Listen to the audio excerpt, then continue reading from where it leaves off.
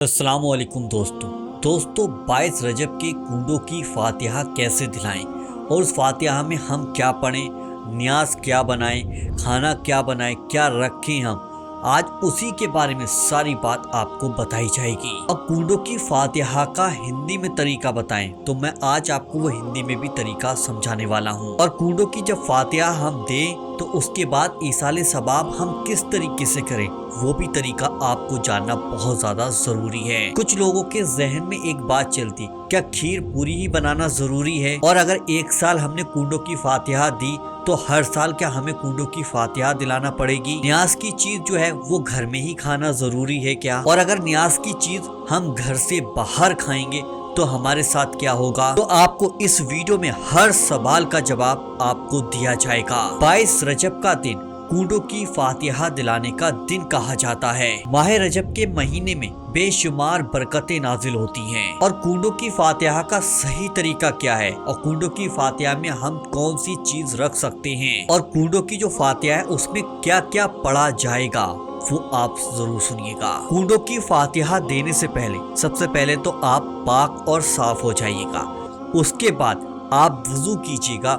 وضو کرنے کے بعد آپ دسترخوان بچھائیے گا، چاہے چٹائی پر بچھا لیں یا پھر کوئی تخت ہے آپ کے گھر پہ اس پہ بچھا لیں۔ پورا دسترخوان آپ آرام سے بچھا لیجیے گا۔ آپ نے اپنے گھر میں کھیر پوری بنائی یا پوریاں کریں یا پھر کوئی بھی میٹھی چیز بنائی اور اس دسترخوان پر آپ نے رکھ دی حضرت امام جعفر صادق رضی اللہ تعالیٰ عنہ کو ثواب پہنچانے کے لیے۔ جو بھی آپ نے کھانا بنایا تھا وہ آپ نے دسترخوان پر رکھ دیا سجا کر۔ لیکن ایک سوال اور پوچھا جاتا ہے، کیا ہم جو کھانا بنا رہے ہیں یا جو میٹھی چیز رکھ رہے ہیں وہ ہم کیا مٹی کے برتن میں رکھ سکتے ہیں؟ ایسا بالکل نہیں ہے کہ آپ مٹی کا برتن ہی لیں۔ آپ کے گھر کے اندر کوئی بھی برتن ہے آپ اس پر فاتحہ دلا سکتے ہیں۔ اور فاتحہ دلانے سے پہلے آپ اگربتی بھی سلگا سکتے ہیں، خوشبو کے لیے لوبان بھی لگا سکتے ہیں، لیکن فاتحہ جہاں پر ہو رہی اس سے تھوڑا سا دور ہٹ کر ہی سلگائیں۔ اب آپ کاپی پین لے کر بیٹھ جائیں، کنڈوں کی فاتحہ کا طریقہ سمجھ لیجیے گا۔ ٹھیک ہے، سب سے پہلے آپ 3 بار شروع میں درود پاک پڑھ لیجیے گا۔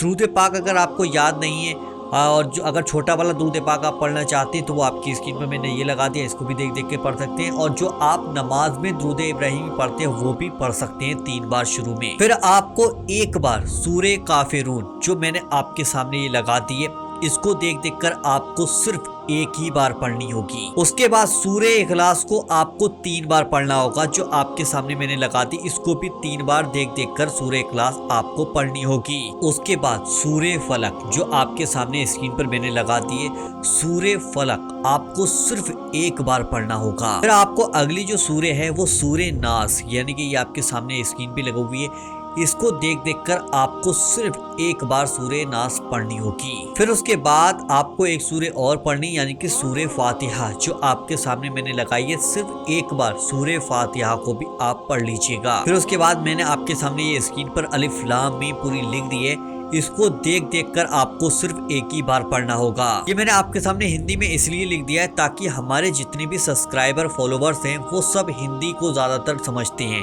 تو ان کے لیے میں نے اس لیے ہندی میں اس کو لکھ رکھا ہے۔ پھر اس کے بعد میں نے اسکرین پر آپ کے سامنے یہ پھر سے لکھ دیا، اس کو بھی دیکھ کر آپ پڑھ لیجیے گا۔ پھر آپ آخر میں بھی درود پاک پڑھ لیجیے گا اور آپ کے ساتھ میں جو بھی فاتحہ دے رہے ہیں جو بھی بیٹھے ہیں وہ بھی ایک بار درود پاک ضرور پڑھ لیں۔ پھر اس کے بعد یہ ہندی میں نے آپ کے سامنے سبحان ربی کا لکھ دیا ہے، آپ اس کو بھی دیکھ کر ایک بار ضرور پڑھیں۔ اس کے بعد یہاں پر آپ کی جو فاتحہ تھی کنڈوں کی وہ پوری طریقے سے مکمل ہو چکی ہے۔ اب ہمیں اس کا ایصال ثواب کیسے کرنا ہے اس کے بارے میں ہم اس ویڈیو میں جان لیتے ہیں۔ اگر آپ نے ویڈیو کو لائک نہیں کیا تو دل سے اس ویڈیو کو لائک کر دیجیے گا اور اس ویڈیو کو تمام لوگوں کے ساتھ ضرور شیئر کیجیے گا۔ اب ہم جان لیتے ہیں کہ ایصال ثواب ہمیں کس طریقے سے کرنا ہے۔ آپ اپنے دونوں ہاتھوں کو اس طریقے سے اٹھائیں، اس طریقے سے دونوں ہاتھوں کو اٹھا کر اس طریقے سے کہیں، یا اللہ میں نے تیری بارگاہ میں جو قرآن پاک کی سورہ یا قرآن پاک کی جو بھی آیت پڑھی ہے اور میں نے اس کے ساتھ میں درود پاک پڑھا ہے، یا اللہ اس کے پڑھنے میں مجھ سے کوئی بھی غلطی ہوئی ہو تو تو مجھے اپنی رحمت سے معاف فرما دے۔